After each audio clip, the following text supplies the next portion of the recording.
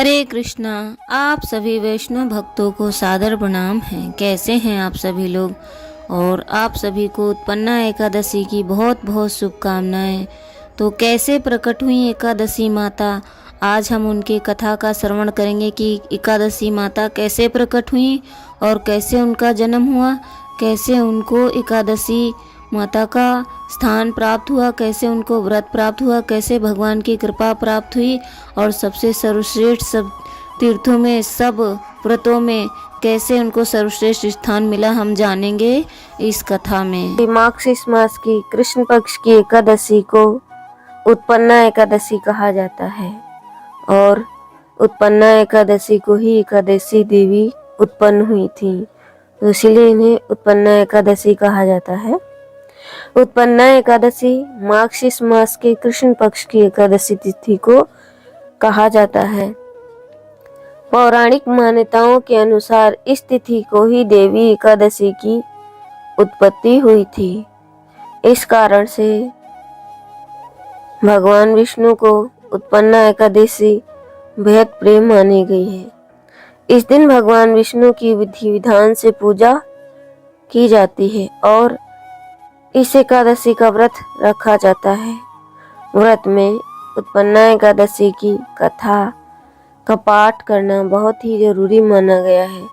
इस कथा का पाठ करने वाले को हर कार्य में सिद्धि प्राप्त होती है और सभी बिगड़े कार्य बन जाते हैं। तो हमें यह नहीं सोचना चाहिए कि एक ही एकादशी का व्रत कर लेने से हमारी सारी इच्छाएं पूर्ण हो जाएंगी, सारे कार्य बन जाएंगे। वो धीरे धीरे बनते हैं, क्योंकि हमारे कर्म के अनुसार ही हमें फल मिलता है। इसलिए कभी ये नहीं सोचना चाहिए कि हम तो कब से एकादशी का व्रत रख रहे हैं और हमें फल भी नहीं मिल रहा है। हमारे अंदर धैर्य होना चाहिए। जितना अधिक धैर्य होगा उतना ही हमें फल भी अच्छा मिलेगा। तो उत्पन्ना एकादशी भगवान विष्णु को बहुत प्रिय है। इस दिन देवी एकादशी की उत्पत्ति होने की वजह से यह तिथि श्री हरि की पूजा पाठ के लिए बहुत खास मानी जाती है।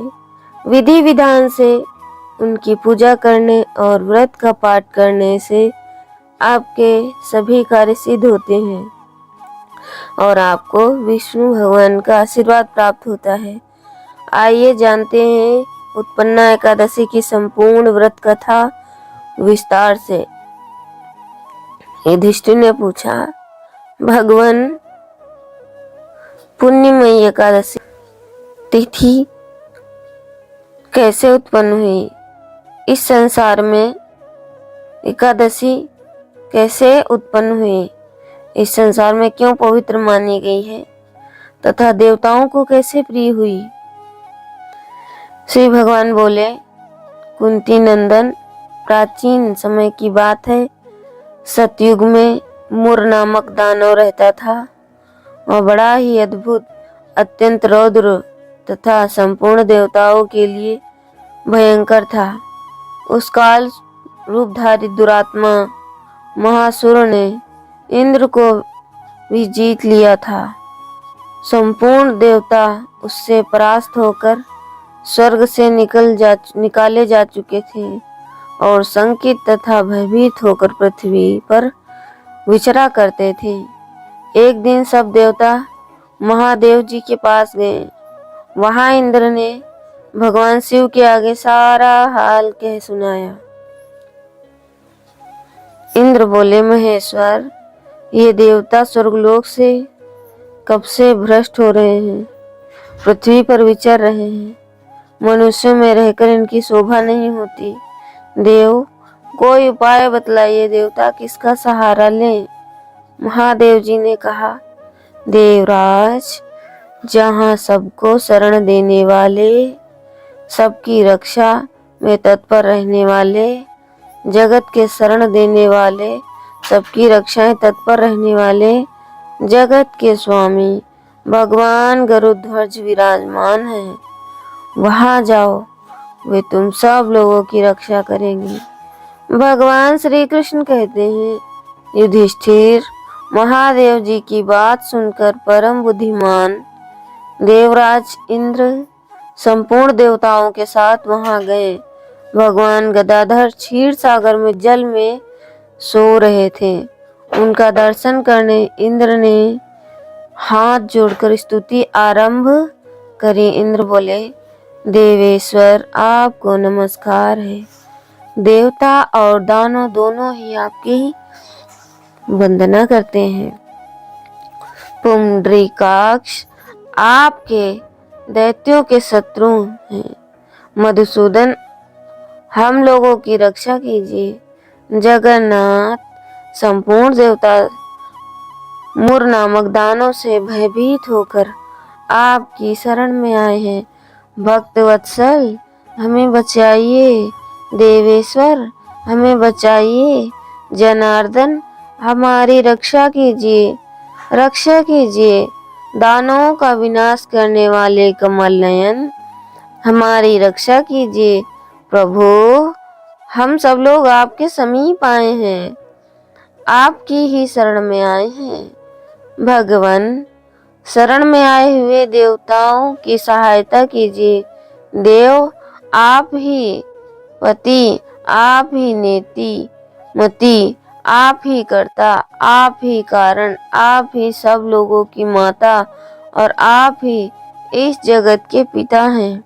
भगवान देवेश्वर शरणावत्सल देवता भयभीत होकर आपकी शरण में आए हैं। प्रभु अत्यंत उग्र स्वभाव वाले महाबली मोर नामक दैत्य ने संपूर्ण तुर देवताओं को जीतकर इन्हें स्वर्ग से निकाल दिया है। इंद्र की बात सुनकर भगवान बोले, देवराज यह दानव कैसा है, उसका रूप और बल कैसा है, तथा उस दुष्ट के रहने का स्थान कहाँ है। इंद्र बोले, देवेश्वर पूर्व काल में ब्रह्मा जी के वश में तालजंघ नामक एक महान असुर उत्पन्न हुआ था। वह अत्यंत भयंकर था।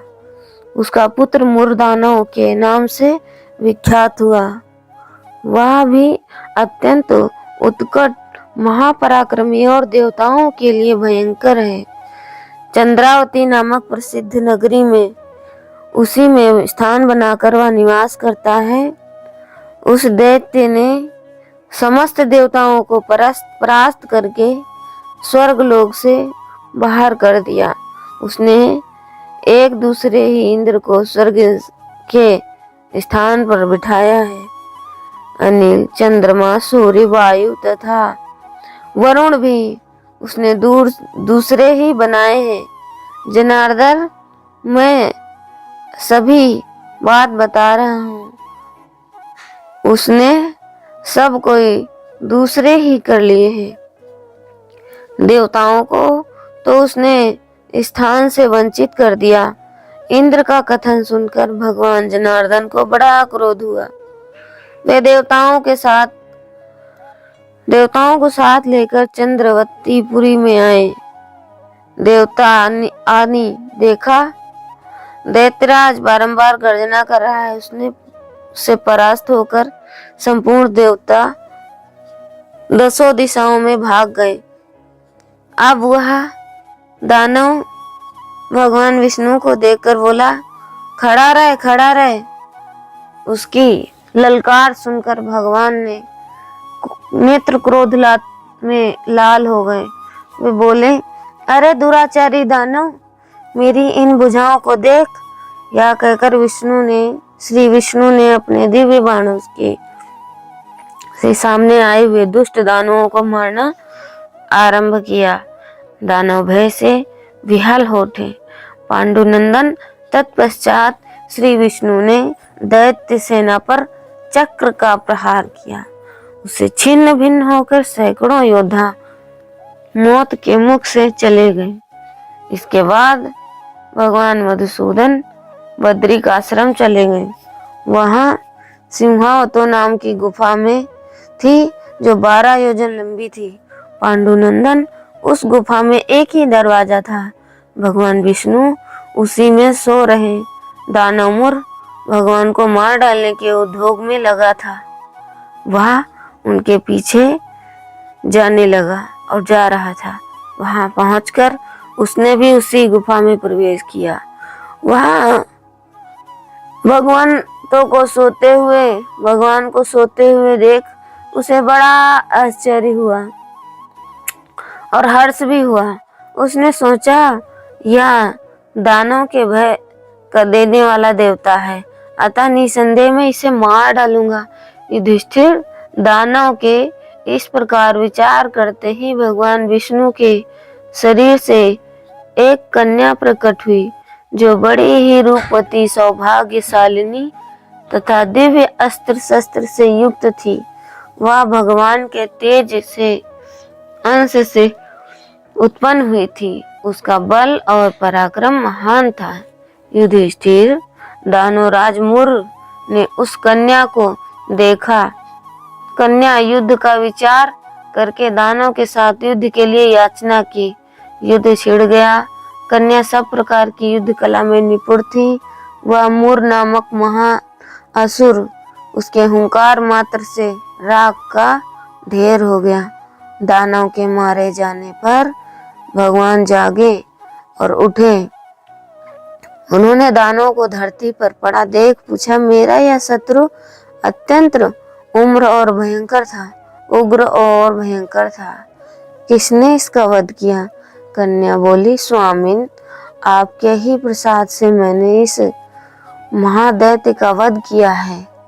श्री भगवान ने कहा, कल्याणी, तुम्हारे इस कर्म से 3 लोकों को युक्त मुनि और देवता आनंदित हुए, अतः तुम्हारे मन में जैसी रुचि हो उसके अनुसार मुझसे कोई वर मांगो।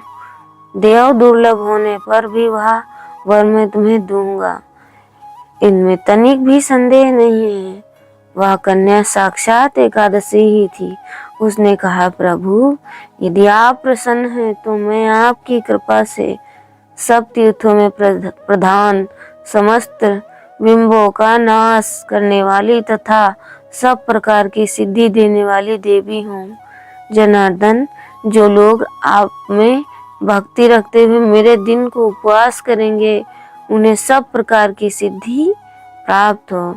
माधव, जो लोग उपवास नक अथवा एक भुक्त करके मेरे व्रत का पालन करें, फिर उन्हें आप धन, धर्म और मोक्ष प्रदान कीजिए। श्री विष्णु बोले, कल्याणी, तुम जो कुछ कहती हो वह सब पूर्ण हो जाता है। भगवान श्री कृष्ण ने कहते हैं, युधिष्ठिर, ऐसा वर पाकर ब्रह्म महाव्रता एकादशी बहुत प्रसन्न हुई। दोनों पक्षों की एकादशी समान रूप से कल्याण करने वाली है। इसमें शुक्ल पक्ष और कृष्ण पक्ष में भेद नहीं करना चाहिए। यदि उदया काल में थोड़ी सी एकादशी, मध्य में पूरी एकादशी और अंत में किंचित त्रयोदशी हो तो त्रिस्पर्शा एकादशी कहलाती है। वह भगवान को बहुत प्रिय है। यदि एक त्रिस्पर्शा एकादशी को उपवास कर लिया जाए तो वह 1 सहस्त्र एकादशी व्रतों का फल प्राप्त होता है तथा इसी प्रकार महाद्वादशी पारण प्राप्त होता है।